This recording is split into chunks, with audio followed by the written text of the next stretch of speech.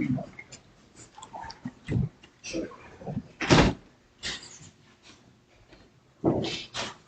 morning. Good morning. Today we just heard about this paralytic being lowered to Christ to be healed. And we can see that the main point of this reading is faith. And it's a very orthodox understanding of their faith, saying that Jesus saw their faith because they're doing something. So their actions and the work that they're putting in are an expression of their faith. Today is also the Sunday of St. Gregory Palamas, and there's a connection between the reading that we hear and St. Gregory Palamas and his teachings. And so we can see why this is important to our theology and how this ties into the gospel for today. St. Gregory lived in the 14th century, and around this time there was a debate taking place. And the debate, really, the two positions were, one was that the way we learn about God and come closer to God is by reading and studying and thinking. So a theologian is almost like a philosopher, more of an academic. And the other position was that we draw near to God and we experience Him through the action of the Holy Spirit, through prayer and fasting and our spiritual practices. So the one who had taken kind of the academic position, his name was Barlaam, and he said that the graces and energies of God are a created thing. So they're part of the created universe. But St. Gregory was saying, no, the graces and energies of God are an uncreated part of God. And so this is really important because in Barlaam's position, he's saying that when we are participating in God's graces or energy, it's almost the same as participating in anything else about the created world. We're not really interacting with God in a real sense. So God is something totally other and something we can't really interact with. All we can really do is just try to read about it and study and think about it. So St. Gregory is saying, no, the energies and the graces of God are an uncreated part of God, and we experience God in a real and true way through the action of the Holy Spirit. So the greatest theologians are not academics or philosophers or something. They're the saints and the prophets and people who have lived out their lives in the spiritual practices of the church. So this is the position that was affirmed by the church through multiple councils. St. Gregory's teaching was upheld that it really is not an academic experience, it's a lived experience, it's a spiritual experience. So St. Gregory pointed out that our victory over the passions allow the mind to transcend itself and to experience divine things, to experience spiritual things. So he says, it too will attain to that light and become worthy of a supernatural vision of God, not seeing the divine essence, but seeing God by a revelation appropriate and analogous to Him. So like Moses couldn't see God's face, as it says in the Old Testament, but God showed something of Himself. We can't see the essence of God, but we can participate in His graces and energies to see something of God, something that God allows us to see of Himself. Father Alexander Schmemann says that Lent was a period primarily focused on preparing catechumens to be baptized at Pascha. And so it includes a lot of extra readings from the Old Testament. And this ties into the theme that we've heard over the last few weeks, where we're returning from a state of exile like the prodigal son.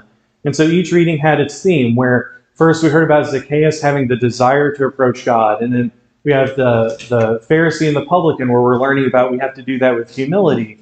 And then the prodigal son, returning to the Father. And so we're thinking about Israel in the Old Testament. People have been expelled from the Garden of Eden, and now the people of Israel have a covenant with God, and they're making their way back to the Promised Land. And now the catechumens are making their way towards baptism.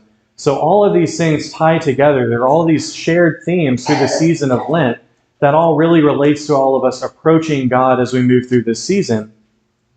And so this is very relevant to the reading that we have today because it is lived out, our faith is lived out and expressed in the way that we're living.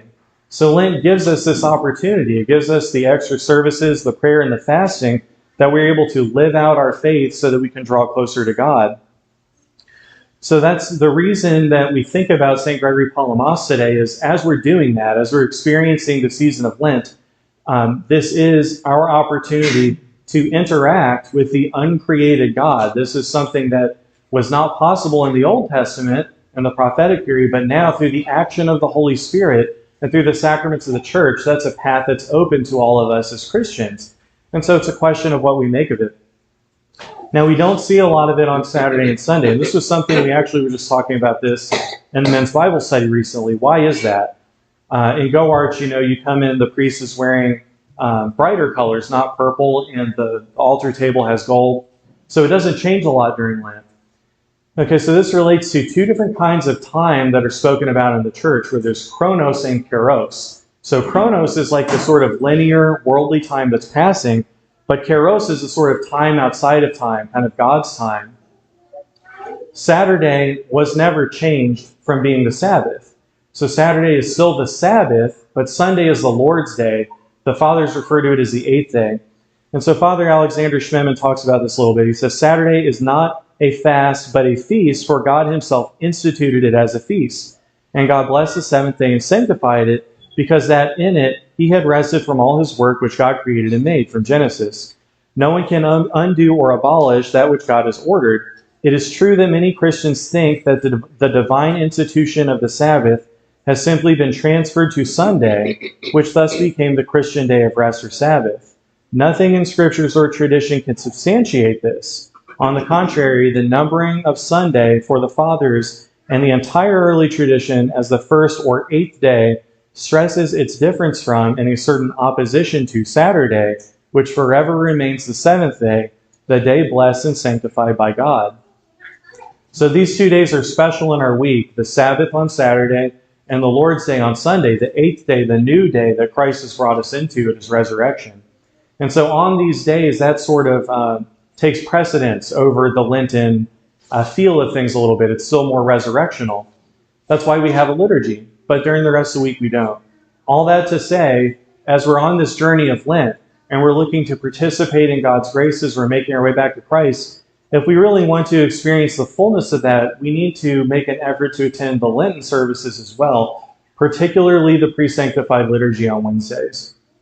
So as we're going forward into the rest of this Lenten season, this is the second Sunday of Lent. We've got a little while to go. We'll be moving through this process of the preparation of the catechumens, some of whom are with us today. We're happy to have them here with us.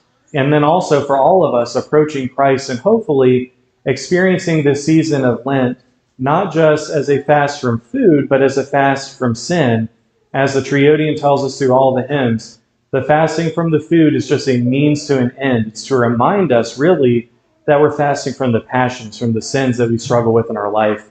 So I do hope that all of us will make the effort, of course, to observe the fast to the extent that we're able, but also to remind ourselves that we're fasting from the passions and we're putting in this work to express our faith as we draw nearer to Christ.